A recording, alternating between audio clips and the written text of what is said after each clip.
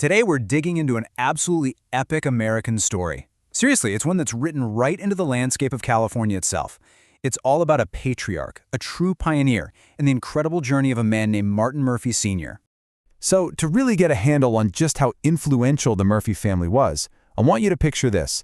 At their peak, you could travel for hundreds of miles through Central California and never leave their property. That's not just wealth, you know? That was a full-blown empire built from the ground up by one single family. And yeah, that brings us to the big question, doesn't it? How on earth does a man who's already lived a full life, a man who was recently widowed and still grieving, decide to lead his entire family on one of the most dangerous tricks in history and then build a dynasty from pretty much nothing? To figure that out, we've got to go back, way back. Our first section here is going to look at how a whole lifetime of searching for a home really forged the kind of character you'd need to tame a continent. What's so interesting about this timeline is that it shows a clear pattern. I mean, this wasn't just one trip. It was a lifetime of moving. From Ireland to Canada, then down to Missouri, every single move was a very deliberate step toward finding more freedom and a better life for his family. And this right here, this was his North Star.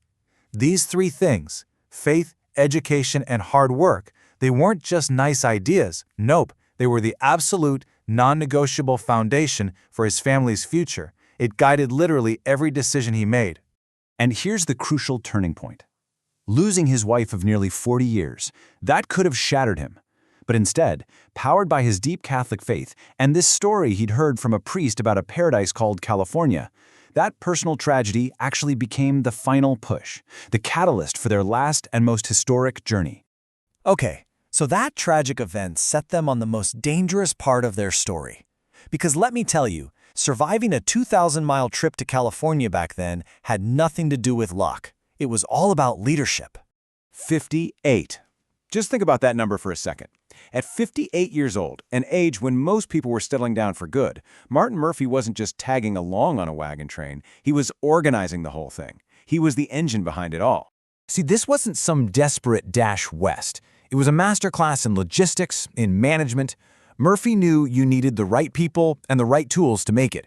He was the patriarch, the senior advisor for the whole expedition, and his meticulous planning was the foundation they built their survival on. All right, now try to imagine this. You've been traveling for 6 long months.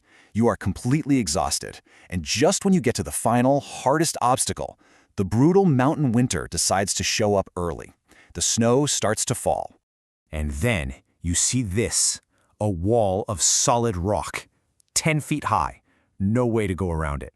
For pretty much any other group, this would have been it, the end of the story, the moment where it all turns into a tragedy. But this is where that Murphy family unity was everything. Instead of panicking, they got to work, together.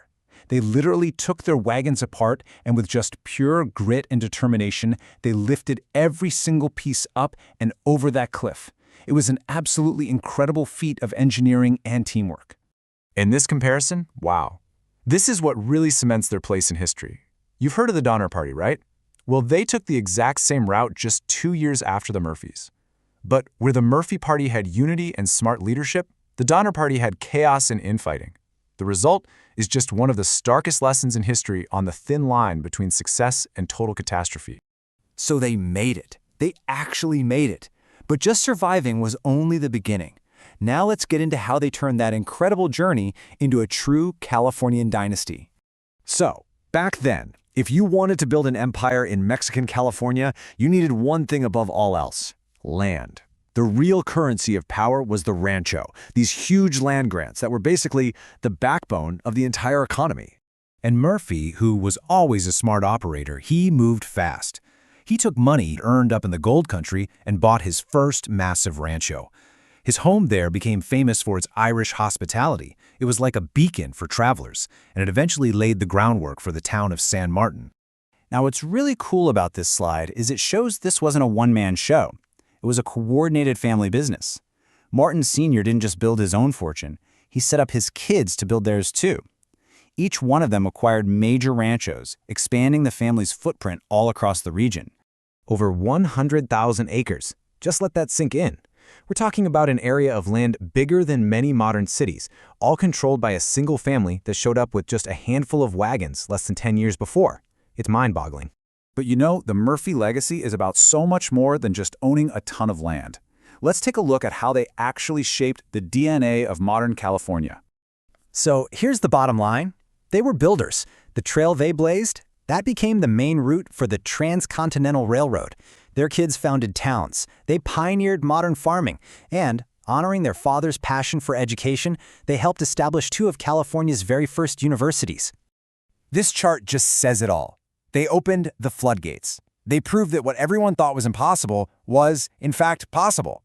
Just 2 years after their 11 wagons made it over that mountain pass, 500 wagons followed, full of people tracing the exact path they had carved out. And when he passed away at the age of 80, this final number, it tells you everything about the kind of respect the man commanded. 101 carriages in his funeral procession. Businesses closed their doors. An entire region came to a standstill to mourn its founding father. And that massive show of respect, it was a testament to his whole life's journey. He never ever lost sight of those core values that drove him all the way from Ireland. His deep faith, his absolute commitment to family, and this amazing foresight to always be looking toward a better future. Which kind of leaves us with a final thought, doesn't it? Murphy built his empire on land to make sure his family would be secure.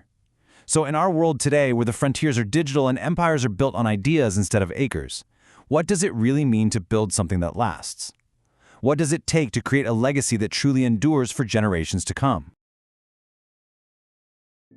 This biographical sketch is brought to you by the Sunnyvale Historical Society and Museum Association. For over 70 years, bringing history to life through the stories of westward-bound pioneers. And History Expeditions, faithfully retracing the steps of America's most notable trailblazers over the Sierra Nevada.